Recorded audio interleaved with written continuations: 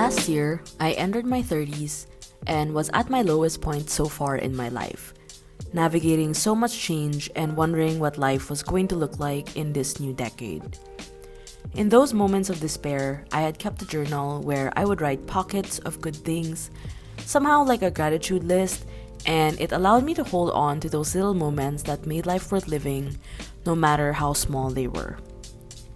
At the time, I was writing in the diarist journal to fill my days, and it became a habit to use up the German tearaway calendar I had bought last year, which allowed me to somehow journal daily. I would tear out these pages of every day from the date calendar, stick them on my A5 size journal, and I didn't focus on filling up a page as long as I wrote something to summarize what had happened. Sometimes the pages would have 2 to 3 entries from 2 to 3 days, or just a whole day if I feel like there were a lot of things I needed to share. I found joy and fulfillment in documenting this way, and the more I kept doing it, the more I felt encouraged to hone the habit of journaling about my days, no matter how mundane or how simple they were.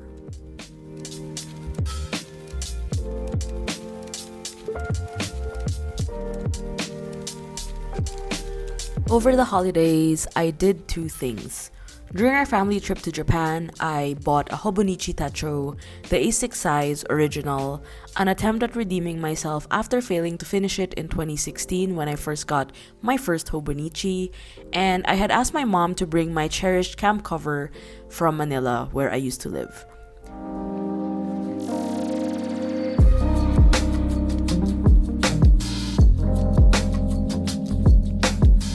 Nine months later, here's how my daily journal is looking like. Chunky, filled to the brim, overflowing with thoughts, musings, and moments, encapsulated in the story I've been writing about my life for the year that we're in now.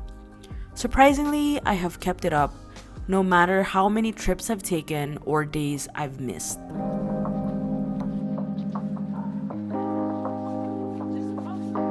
I take some time to settle into habits, so instead of forcing myself to fill this up every day, I figured out that the easiest way to incorporate it into my routine was to write for 10 minutes in the evening with a nice cup of hot tea, just right before bed as a way to end the day. I found that as I kept writing in my journal, my golden rule was to not go over 3 days of no updates. Because the more I leave the pages blank, the more my memory fades, the more it all becomes a chore to update it, and the more I get demotivated to open my journal and start writing. I'm currently in the season of life where I'm constantly learning more about myself, enjoying my own company for now, and being comfortable with the circumstances I'm in. Each day, as I journal about the day that was, or how I felt, or a mix of both, I slowly unlock new realizations and hold space for myself in these moments.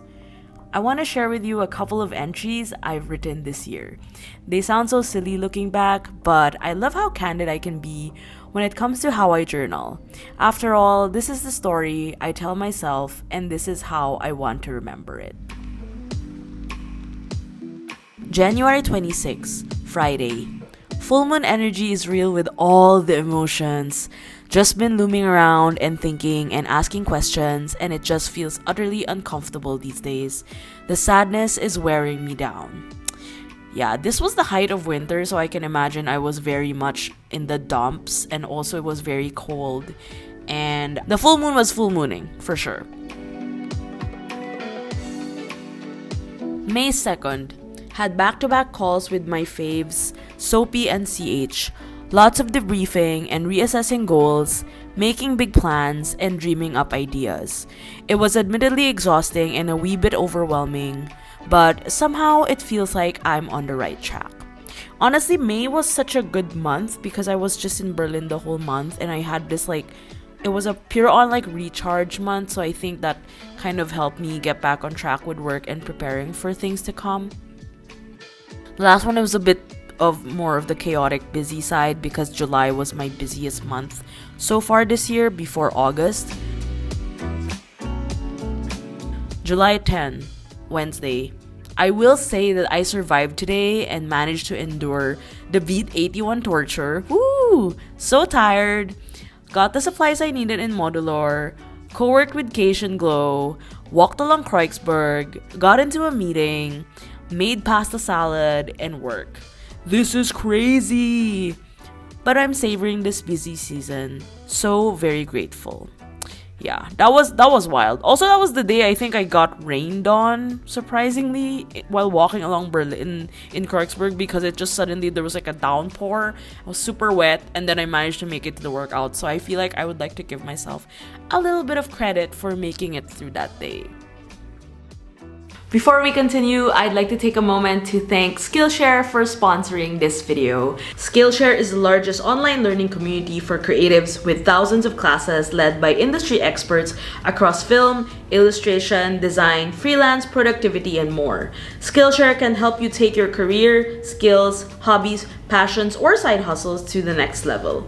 With back to school season and fall incoming, I personally am always looking for ways on how to be a constant advocate of being a student of life, which means constantly learning, figuring out ways on how to improve, not in a very drastic way, but just like little additions here and there of knowledge and pockets of learnings that I can incorporate into my day-to-day life. One of them is obviously journaling, but with journaling, I also want to explore more on how I can write better and cultivate a habit of being able to get my thoughts across and also write in a way that would be more meaningful to me. And one of the things that I've been discovering over at Skillshare is there are a lot of journaling classes that you can explore, but also writing classes, which I think would be really great as an accompaniment to journaling, because when we journal, we usually write like from the first person point of view, and we always have our own like way of reporting. But with writing, I think it's a great way to kind of add this in with your current skill set.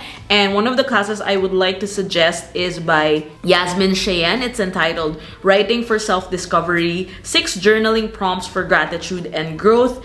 I think this is a great way to learn a lot more variety of journaling styles and techniques, and also to be a bit more introspective with how you would like journaling to be in the greater scheme of how you want to document your life, your travels, and everything in between. So I do hope you check it out. If you're looking for more options on journaling, I also found a learning path that would be useful for you. So learning paths are a series of Skillshare classes that are usually in sequence that give you a lot of ideas and inspiration on a certain topic. So there is one that I found which I think would be really great to add to your journaling journey, and it's Reconnect to Yourself with Guided Journaling. It features a bunch of classes, not just with writing, but also like art journaling. So you can explore more and discover on how you can further like add more ideas and inspiration to your own creative energy, and also how you can implement these in your creative process. Thank you once again to Skillshare for sponsoring this video,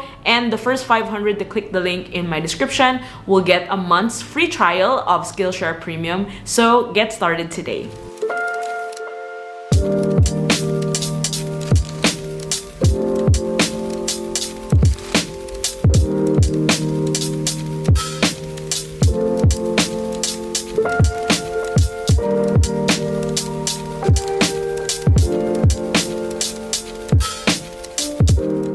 My main goal with journaling daily is to keep it simple. Anything that feels like a chore doesn't sit well with me. I like to enjoy and use my time wisely.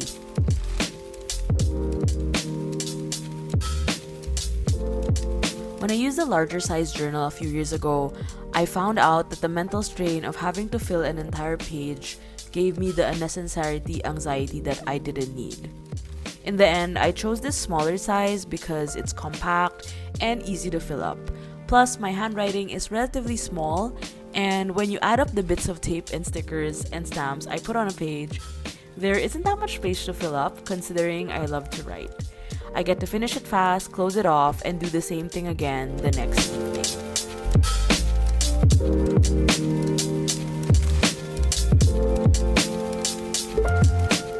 When I'm traveling, this journal also comes along with me and is usually the first one that gets written on because, as I mentioned, it has been built out of routine, and that routine is something I still carry when I'm traveling. So in some way it feels like I'm carrying a bit of home with me, and that really allows me to not feel like I'm behind and not having to catch up if I don't have my journal with me while I'm traveling.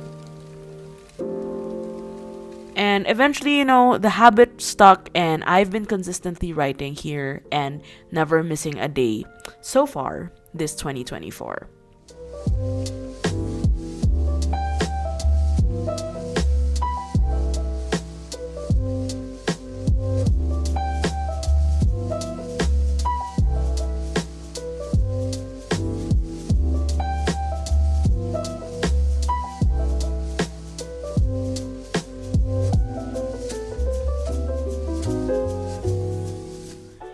It's interesting to read through my pages, and you'll see a pattern of the same things. A bit of a same but different situation. I have, I think, my own pattern that I try to make sense of when I write my pages. I mostly write about getting up, working, socials, how I ended the day, what I cooked for lunch if I did, interesting thing that had happened that day that I would like to remember in the years and months to come. Here and there, I will share some things I learned from the day that passed, or I'll get so hyper-fixated on a movie, TV show, or a song that I will end up writing about it nonstop.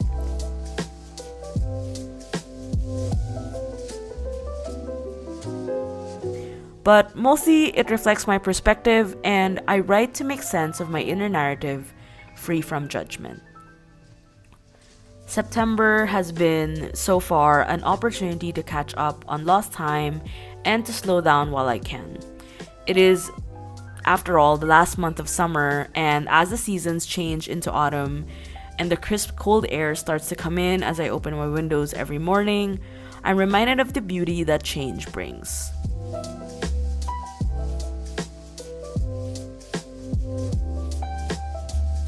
So, the past 2 Septembers since I moved to Berlin, I was always back in Manila. It used to be the designated month that I would visit home, and I was fairly busy with other endeavors. This year, though, I'm happy to be easing back into my routine, albeit I would say it hasn't been the easiest and it has been kind of chaotic. I'm still tapping my toes and figuring out my way into it, but I'm working on getting myself to a place where I can feel more myself.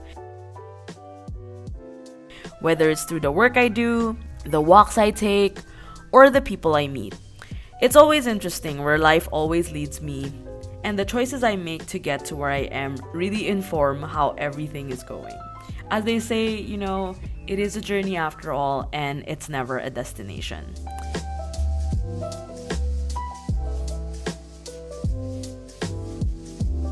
So these 2 days were the last days of the work week, and while I try to keep my days fairly well planned out, sometimes they just don't turn out the way I want them to.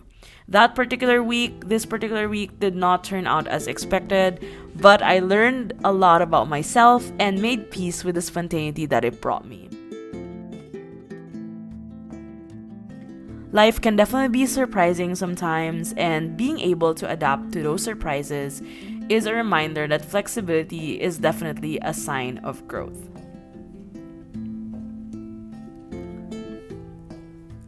Ultimately, by writing about my days, I get to see all these patterns and connect the dots as to how I live my life, especially in the season that I'm in. Writer Annie Dillard, in her book The Writing Life, says, "How we spend our days is, of course, how we spend our lives."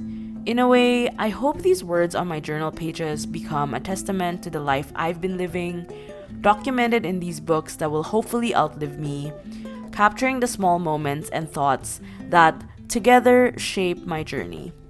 Each entry is a reflection of who I am in that moment and a snapshot of my evolving self. I hope these journals serve as a reminder not only of where I've been, but of how deeply I've lived with intention, curiosity, and a commitment to growth. If you're looking to start a journal or build your journaling habit, this is definitely your sign to do so. I hope you join in on this journaling journey with me. Get to know yourself a little bit more, hold space for the stories you have yet to write and parts of yourself you have yet to discover.